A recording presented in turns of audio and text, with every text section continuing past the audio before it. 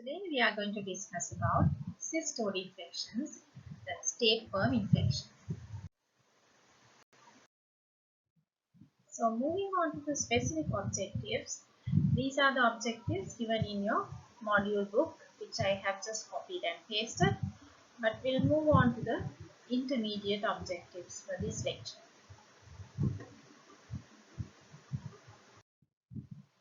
So let's see what are the intermediate objectives.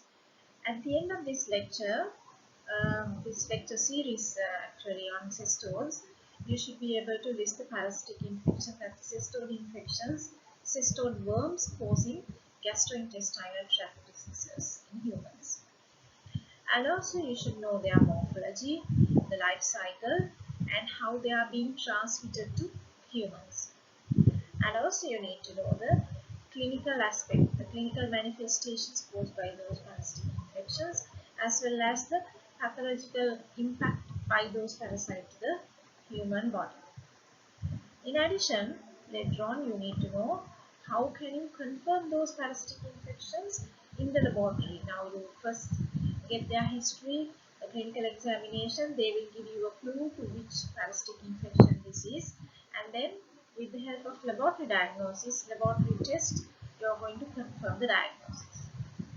And in certain instances, there may be radiological investigations which can be done to diagnose certain parasitic infections. That also you need to know. Finally, you need to know the principles of management. That means, now here in the lecture, you are going to learn the principles of management, kind of the medical management or the surgical, what kind of management aspects you are going to use to control or treat this patient. Now, the real management, of course, you will learn when you go for your clinicals. And finally, you need to know the prevention and control with little bit of epidemiology. Of course, epidemiology changes from time to time, but right now you are going to learn whether this disease is prevalent in Sri Lanka and what is the impact that it has caused the Sri Lankan community, and then how do you prevent and control this disease. Now, before I move on to the next slide, I would like to say that list is, when you are asked to list something, just name them. No need to go into further details. But if you are asked to describe, you need to go into details. You need to know a little bit of more details, like you need to know deeper in the particular topic. The discuss is, on the other hand, is you are discussing the advantages, disadvantages and different aspects of the particular topic. So those are the three different things that we have used in the intermediate objectives. So you need to know those things separately.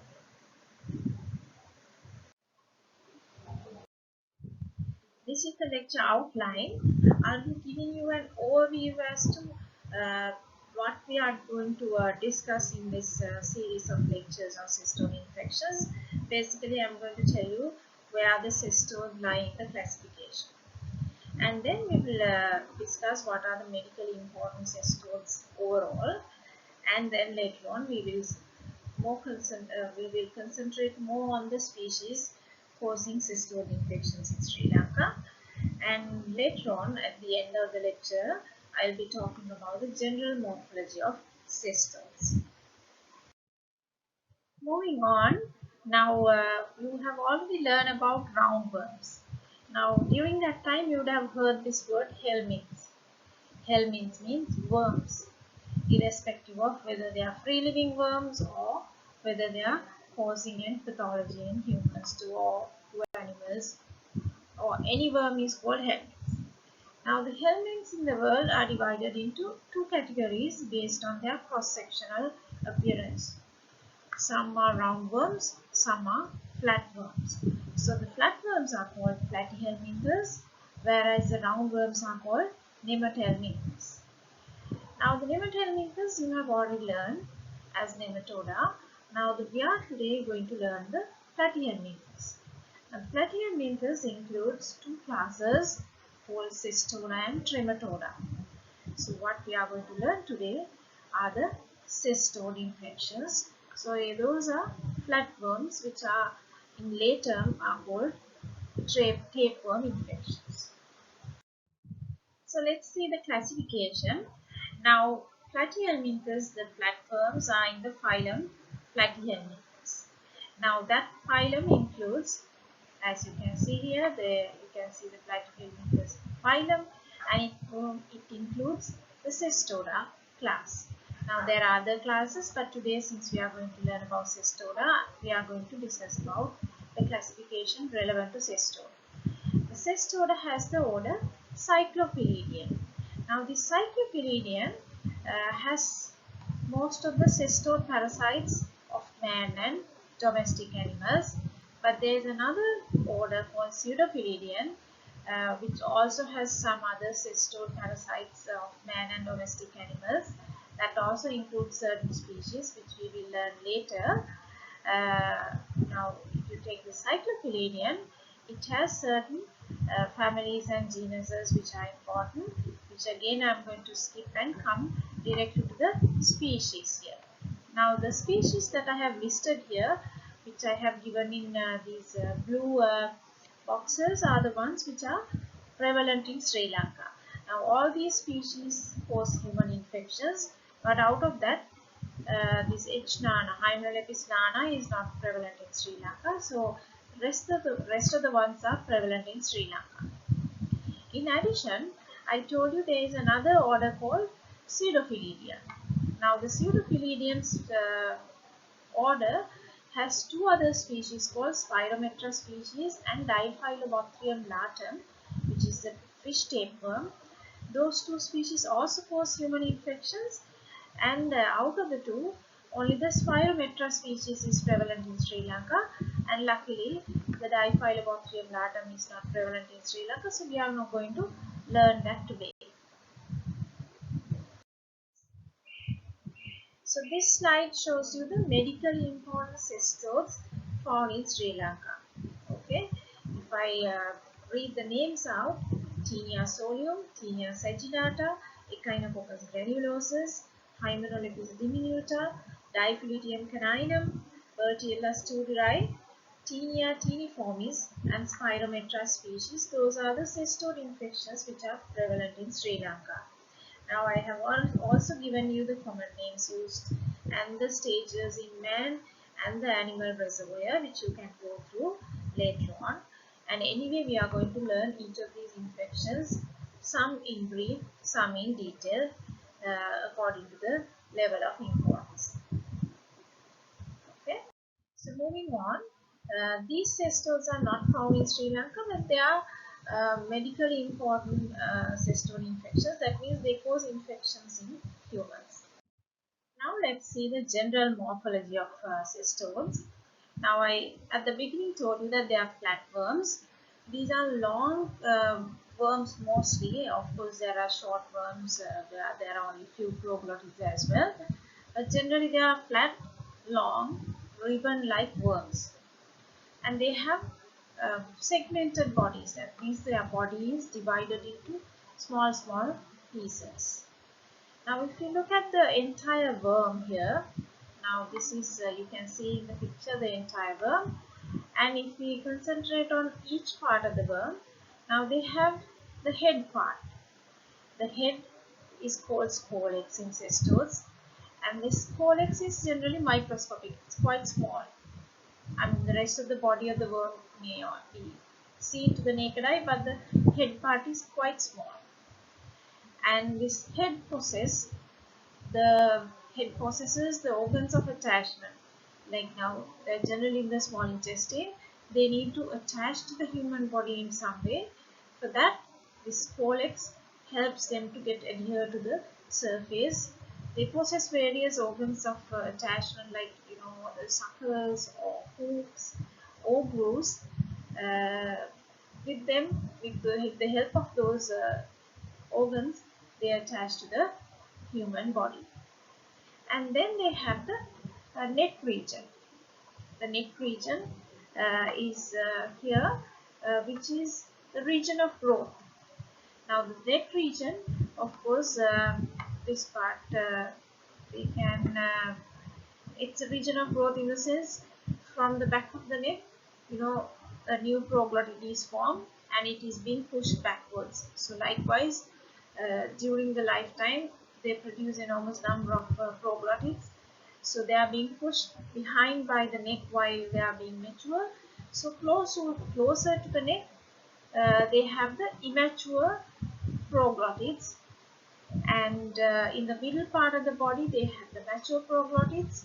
With time the immature ones get matured and they are being pushed back by the newly formed one, so the mature ones come to the middle of the chain.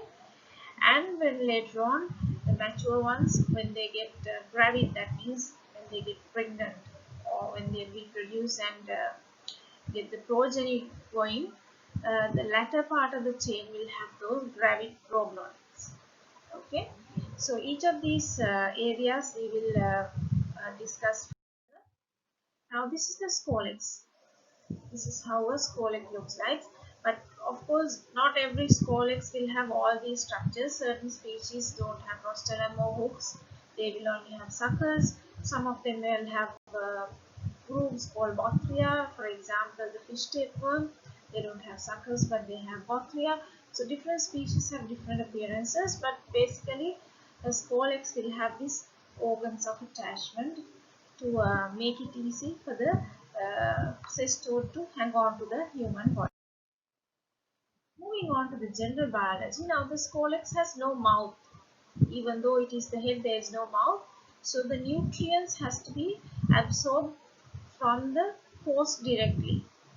Okay, and the neck, of course, I told you that's the region of growth. So it continuously produce proglottids.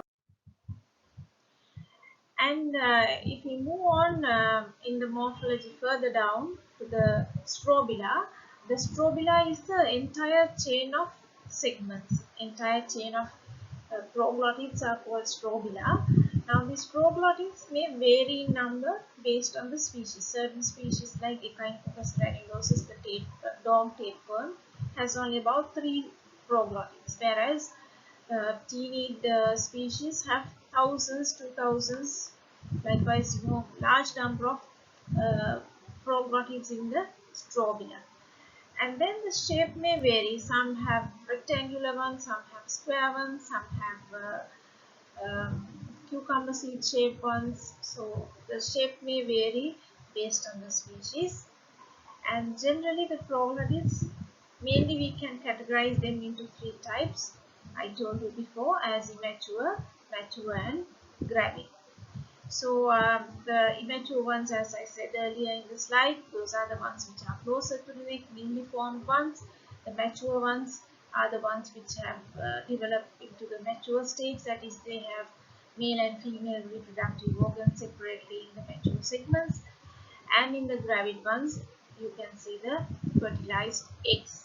Of course, in the gravid proglottids, they can disintegrate from the main chain and get into the feces or to the lumen, or sometimes even these proglottids can disintegrate and release eggs directly to the feces. So basically, the gravid proglottids have fertilized eggs.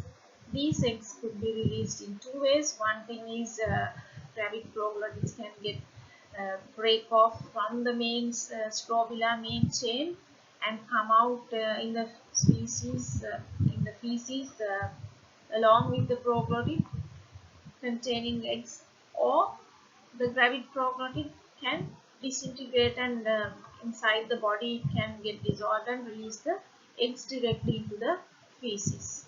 Okay, so I told you the entire chain is called strobila. So now this is the appearance of a mature proglottid, which contain at least one set of male and female genital reproductive organs. Now, since they have both male and female reproductive organs, they are hermaphroditic. That means they can do self-fertilization. They don't need another cestode worm to do the fertilization. They can do self-fertilization, and sometimes cross-fertilization can happen. It could be between 2 cestodes, or it could be mostly within the same cestode where the chain falls onto each other, like as you fold the clothes, like when they fall into each other, the chain, there can be cross-fertilization happen.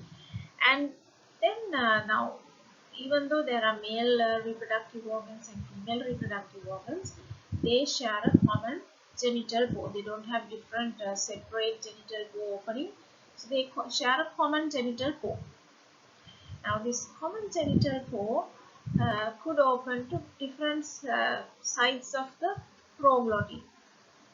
Based on this side or based on this position, actually it helps to identify the species in certain instances. For example, in species like Hymenopithecus diminuta, it opens, the genital pore opens onto the same side of each proglottid, so that when you examine the strobila, the proglottids, you can see that the same side of the proglottid has the genital bore.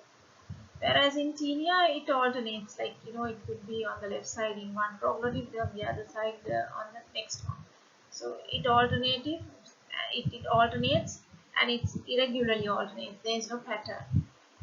And the fish tapeworm, on the other hand, not the fish tapeworm, the dog tapeworm, Diphyllidium caninum, it opens onto both.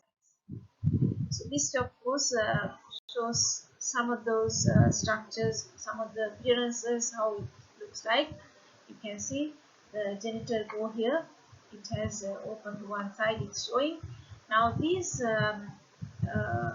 cestodes don't have a uterine pore. Now uterus in certain other parasites may have uterine pore separately, but these cestodes don't have a separate uterine pore. They only have the genital pore. And the shape of the uterus may differ from one species to another. Now this picture shows different types of uterine appearances, morphologies seen in different species. There may be sac-like ones, there can be branches, there can be egg capsules. So species have different uterine appearances. So with that also we can diagnose or detect which species has caused the human infection. Now this slide shows you different types of eggs that are present in different species of cestodes.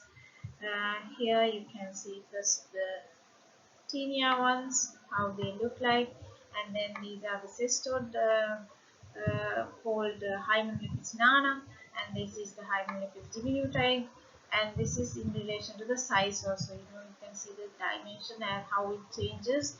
This is Diphyllobothrium latum, and this is Diphyllidium caninum, and the Diphyllidium caninum generally comes out as egg packets. So these are different aspects and different shapes and different morphological appearances of different species. But when we learn about each of these, we will go into more further detail. Moving on to the habitat. Now, there are two main life cycle stages called adults and larvae. Out of these stages, the adult usually lives in the small intestine of vertebrates.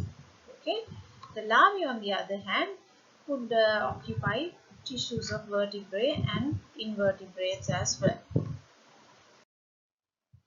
So that's all about the general introduction and general morphology of cestodes. In the next series of lectures, we will learn each of these species causing infections in Sri Lanka. And if you have any questions, of course, I know you have no way of asking these questions, but at the tutorial classes you can ask me questions, or when we come back to work, of course you can meet me and ask questions if you have any. Okay, then thank you.